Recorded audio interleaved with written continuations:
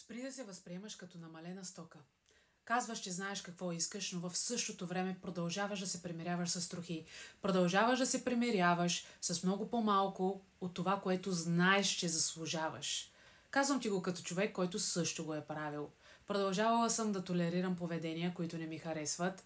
Продължавала съм да се оплаквам от хора и от ситуации, които аз самата съм позволявала да продължават. Истината беше, че аз не правих нищо по въпроса.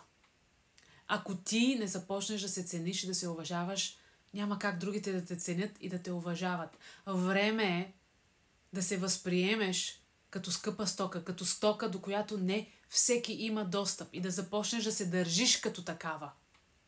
Не може да казваш, че ти заслужаваш уважение, подкрепа, любов, грижа и така нататък, ако в същото време ти продължаваш да толерираш хора, които нито те уважават, нито те подкрепят, нито те ценят. Замисли се по въпроса.